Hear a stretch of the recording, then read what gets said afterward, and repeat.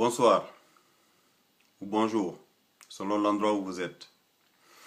Alors, aujourd'hui, on est en France le 4 février 2015. C'est que j'ai pas fait de vidéo depuis quelques semaines. Voilà, là, je viens faire quelques petites interventions concernant des choses, des informations ou des désinformations que j'ai entendues à la radio, notamment dans une radio qui s'appelle RMC, et l'émission s'appelle Les Grandes Gueules. J'ai entendu un type qui parlait de Dieudonné, un type qui s'appelle Johnny Blanc, qui est intervenu en disant que Dieudonné fait de l'argent sur le dos de ses spectateurs. Ben oui, forcément on fait toujours de l'argent sur le dos de quelqu'un. Et lui, Johnny Blanc, qui est fromager aux Deux-Sèvres, est-ce qu'il ne fait pas de l'argent sur le dos de ses clients? C'est la question qu'il faut se poser.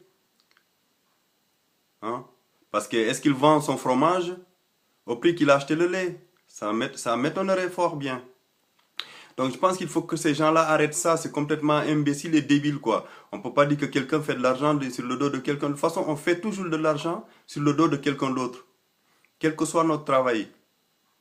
Donc c'est comme quand Bernard-Henri Lévy disait que le théâtre de la main d'or, c'est le théâtre des couilles en or. Et Frédéric Aziza avait renchéri en disant que c'est le dieu de business. Eh ben, il avait oublié de dire que aussi il y a le choix business aussi. Voilà. Donc, et puis il y a une dame qui s'appelle Claire Opoti qui a dit que oui, Dieudonné devrait être condamné.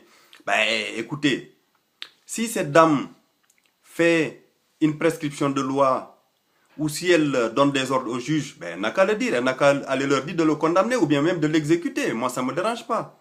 Hein? Parce que ce qu'ils veulent, ils veulent que Dieudonné soit exécuté ou qu'il pourrisse en prison. Ben, pourquoi pas? Hein? Je rappelle que Dieudonné, il n'a jamais fait un appel au meurtre ni à la dégradation de biens d'autrui. Hein? Voilà, il a fait des blagues. Les blagues peuvent plaire ou ne pas plaire. Mais, bon, vous savez mon opinion là-dessus. Je suis pour la liberté d'expression totale. Ma seule limite, comme je l'ai dit dans mes vidéos précédentes, c'est l'appel au meurtre et l'appel à la dégradation de biens d'autrui, comme l'a fait M. Philippe Tesson. Hein? Et ensuite, dans la même émission des Grandes Gueules, il y a un monsieur qu'ils ont invité ce matin qui s'appelle Ahmed Sirani, qui a dit que Dieudonné ne paye pas ses impôts et ne paye pas ses taxes. Mais là, c'est une désinformation et c'est un mensonge. Et Dieudonné pourrait attaquer ce monsieur-là pour de la diffamation. Parce qu'il a été démontré que c'est complètement faux. Ceux qui disent qu'il ne paie pas ses impôts, c'est complètement faux. Parce qu'il a été montré que même les impôts lui ont rendu de l'argent. Donc si les impôts lui rendent de l'argent, c'est qu'il paye ses impôts. Alors que ces gens-là arrêtent de faire de la désinformation ou bien s'ils ne savent pas les choses, qu'ils aillent se renseigner. Hein? Donc j'ai entendu que Valls aussi porte plainte contre Dieudonné parce qu'il avait traité de soldats israéliens et de Mussolini dégénérés. Bon, ouais, de toute façon, bah, je pense que Valls, lui, il veut carrément le tuer. Hein, donc, parce qu'il a mis tout le gouvernement sur le dos de Dieudonné. Donc on sait bien comment ça se passe. Hein. Donc je l'ai expliqué la dernière fois que même les tribunaux, ça se passe entre copains de toute façon. Hein. Vous demandez à un juge ou à un procureur de poursuivre celui-là. De toute façon, ça se fait. Ça se fait.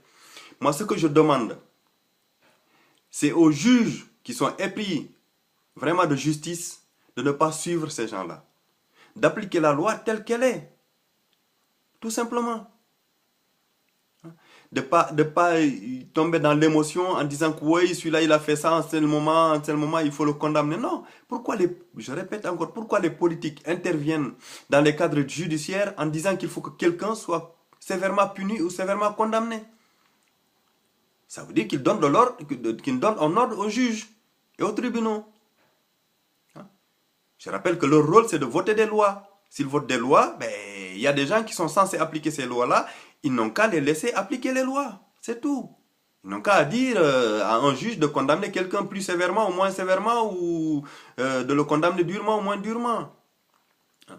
D'ailleurs, même ces histoires de ces jeunes terroristes, vous remarquerez quand même que tous ces terroristes français, c'est des gens qui sont sortis de nos prisons. Donc il faut quand même se poser de la situation des prisonniers en France? Est-ce que ce pas des gens qui sont humiliés? Parce que notamment, j'ai appris dans une information que M. Amadi Koulibaly, qui a fait le meurtre dans l'épicerie cachère, il avait demandé à aller chez ses parents après le décès de son père et on lui avait refusé ça. Moi, je trouve que ça, c'est une humiliation. À mon avis, ils auraient dû lui permettre d'y aller tout en l'encadrant. 2 ou 3 policiers ou 4 policiers peuvent l'encadrer et l'accompagner dans sa famille pour faire un salut du décès de son père. Hein. Voilà des choses qui créent une haine dans notre société. Et il y a autre chose aussi, c'est tous ces politiques qui nous disent ouais, ils travaillent pour la France. Mais j'ai répété la dernière fois, comment se fait-il que des hommes politiques qui sont déjà multiretraités, qui ont du patrimoine, qui n'ont plus d'enfants à charge, qui n'ont pas de prêts à payer, touchent 13 000 euros ou 6 000 euros de salaire mensuel, tout en disant aux Français de se serrer la ceinture ou qu'ils protègent les Français. Mais ils se fichent ils se fichent de nous. Ils se fichent carrément de nous. Parce qu'à mon avis, ces gens-là, ils n'ont pas besoin de ces 13 000 euros ou de ces 6 000 euros. Là, les 6 000 euros, c'est pour les députés. Les 13 000 euros actuellement, c'est pour les ministres. Hein? Bon, j'ai déjà dit que pour moi, qu'on paye un jeune ministre qui a une famille à nourrir, qui a des prêts à payer, qui a plein d'autres charges à payer, ça ne me dérange pas qu'on le paye même 25 000 euros par mois. Mais tous ces députés vieillissants, bedonnants et multiretraités, est-ce qu'ils ont franchement besoin de 13 000 euros ou 6 000 euros par mois? Qu'est-ce qu'ils font de cet argent? Voilà, en dehors de le capitaliser. Et ils viennent nous critiquer les financiers qui siphonnent, comment ça s'appelle, les richesses des pays. Ben oui, mais eux, qu'est-ce qu'ils font? Ils font la même chose. Ils font exactement la même chose. Voilà. Moi, je pense qu'il faudrait arrêter que ces politiques doivent arrêter de ce qu'ils font. Parce que c'est ce qui fait que, je l'ai dit encore dans mes vidéos, c'est ce qui fait que ce pays, il n'est pas respecté.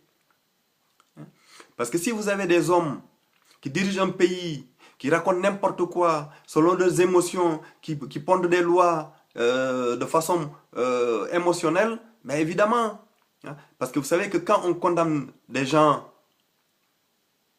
pour des paroles, forcément, voilà, ces lois ne sont plus respectées.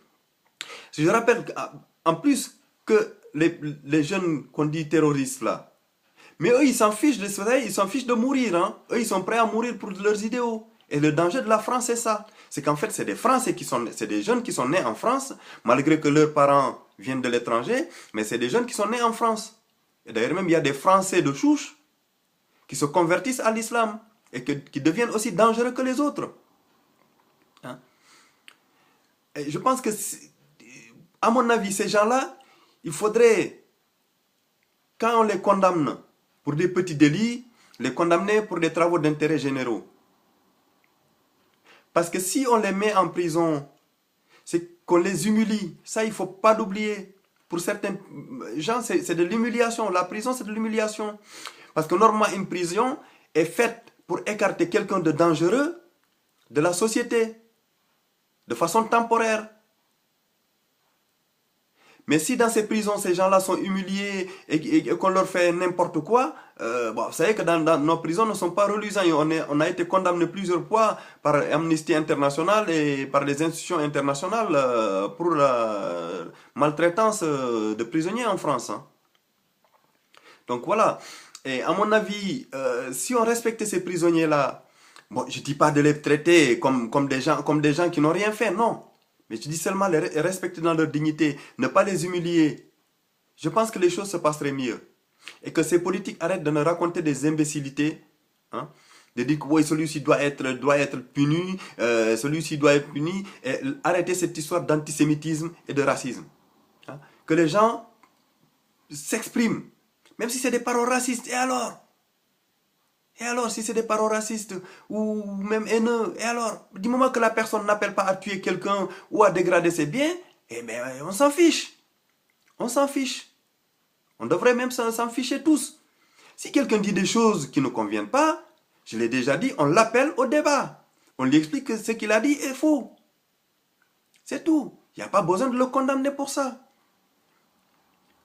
C'est que les sionistes, comme les sionistes ont pris le pouvoir en France, tels que le CRIF et la LICRA, évidemment, eux, leur but, c'est de condamner, c'est de montrer qu'ils sont puissants. Il faut le savoir. Hein.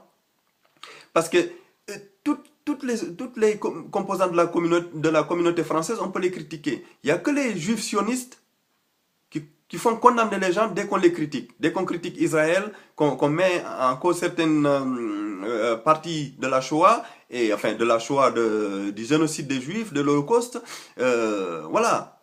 Et ces gens-là, ils réagissent souvent très très mal. Hein? Parce qu'à mon avis, ça touche au business de certains d'entre eux. Je ne dis pas tous. Hein, parce que je rappelle qu'il y a des Juifs qui ne sont pas sionistes du tout. Hein, et qui sont pour la révision de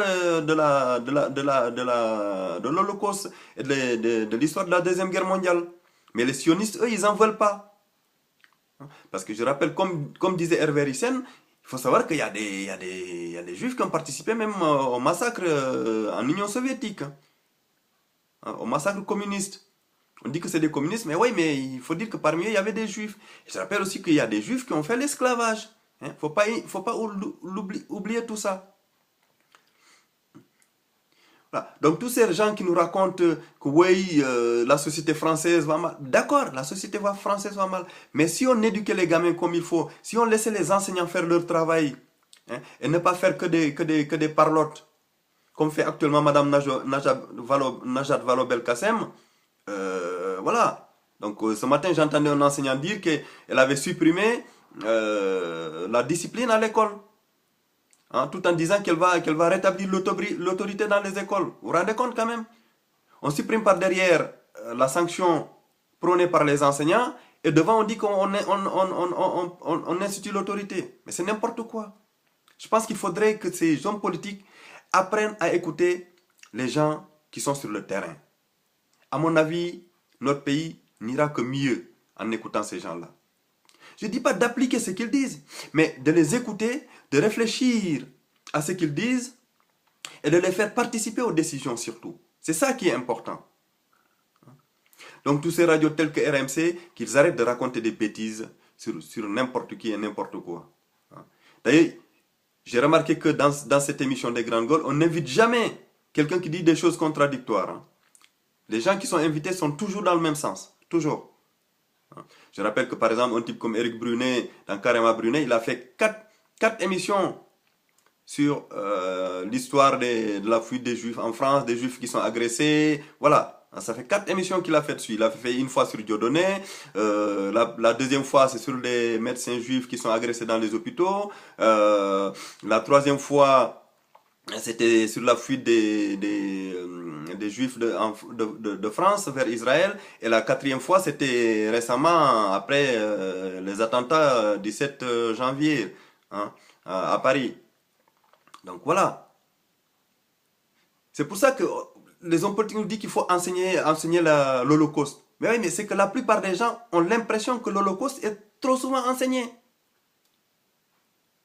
Il y a des gens qui ont l'impression qu'on ne voit que ça. En permanence. Et on ne parle que de ça. Et eux, ils disent que non, il faut en parler plus. Mais forcément, ça va entraîner des crispations. Parce que si le dialogue est rompu, comme ça est en train de se passer, parce que là, actuellement, en France, j'ai déjà dit qu'on est en train de nous préparer des lois d'exception, comme le Patriot Act aux États-Unis. Hein.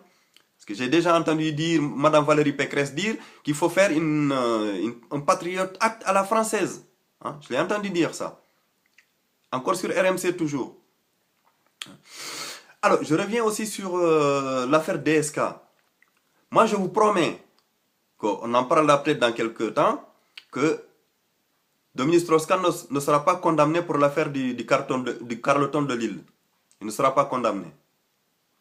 Parce qu'il est juif et sioniste.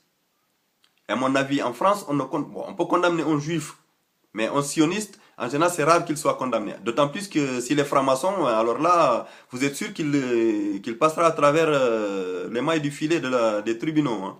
Donc, on va encore les tribunaux vont encore allonger les audiences, ça va encore durer des années et des années, comme quand nos présidents sont mis en accusation ou mis en examen, comme on dit actuellement. Hein. C'est prolongé dans le temps et voilà, et finalement, il en sortira rien. Hein. On dépense des sommes énormes. Au lieu d'envoyer des policiers protéger la population française, non, non, on les envoie dans ces tribunaux-là pour escorter un type comme DSK. Mais DSK, il est pas dangereux, c'est pas un criminel. Hein? C'est pas un criminel, il n'a tué personne. Moi, je rappelle que même sur son histoire de ce qui s'est passé au Sofitel de New York, moi, c'est pas lui que j'accuse. Bon, lui, à la rigueur qu'il ait fait ce qu'il a fait, on s'en fiche. S'il a fait, c'est entre lui et la justice. Ce qui m'avait embêté, moi, c'est de voir des gens comme Robert Badinter, Bernard-Henri Lévy, Jean-François Kahn, beaucoup de gens le défendre alors qu'il n'y a même pas eu de jugement. Hein? Et ça, j'appelle ça l'esprit tribal. C'est ça. Voilà, c'est tout ce que j'avais à vous dire ce soir. Allez, bonsoir et merci.